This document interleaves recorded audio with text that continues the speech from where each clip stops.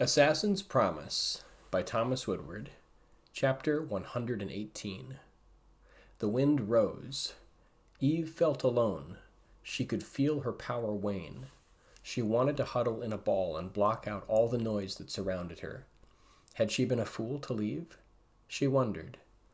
Eddie was kind, but so many others she had seen had terrified her. Would they attempt to drain her power and enslave her like so many of her people before her? What about Stannon? There was no reason holding him back from striking out at her now. No threat she could make that would appear credible. Her eyes rested on Eddie.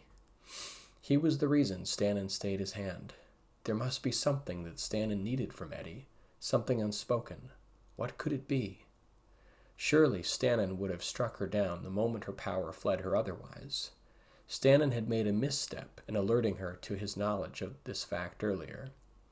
There must be some hidden purpose for Stannon to willingly stay his hand.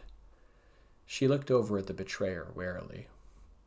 He was looking away from her for the moment, but he shifted his head suddenly, as if hearing a noise. She quickly looked away. The man was extremely dangerous. How could she warn Eddie without Stannon's interference? Eddie lay on one of the cots a few feet away, looking up at the ceiling, his expression pensive. Eve rose silently, hoping not to alert Stannon to her motive. She moved in a hush. Stannon still sat facing away from them, searching through the remnants of the contents of the previous occupant.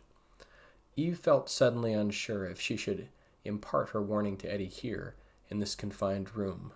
Would Stannon simply act to dispose of her, if he learned of her plan? She did not know. His outer demeanor meant little to the inner workings of his dark mind. Stannon would lie openly, attempt to lull his victims into a false sense of security. She knew of his kind.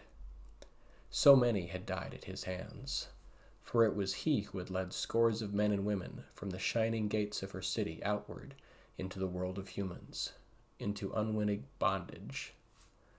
It was impossible to not recognize him for who he truly was. Stannon was merely the name he chose for the moment. His true name, Cain, meant betrayer of souls in her language. As ageless as the gods, the flesh he wore was merely another disguise to be discarded with the ages.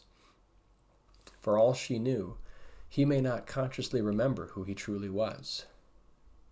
He had not seemed to react when she had called him betrayer, but his movements were unmistakable, even in this new human guise.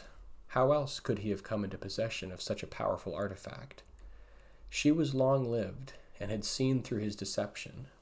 She had seen the centuries pass as if looking through the seasons. In all that time, she had seen less of the world than Eddie.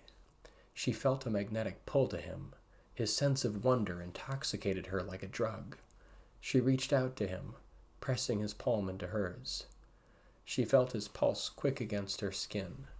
She felt a spreading joy as she held contact.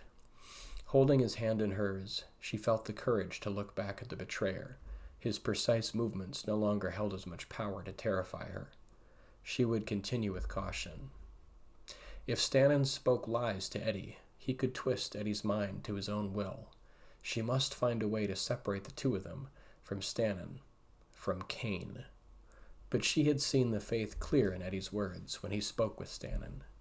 Eve drummed her fingers on Eddie's arm, trying to think to herself of a way to outwit the betrayer. He would be cunning, though, and would not let Eddie go so easily. If only she had used her power to extinguish Stannon when she had the chance. It may have cost her life in doing so, but it would have laid to rest thousands of her people. It was Eddie who had stayed her hand.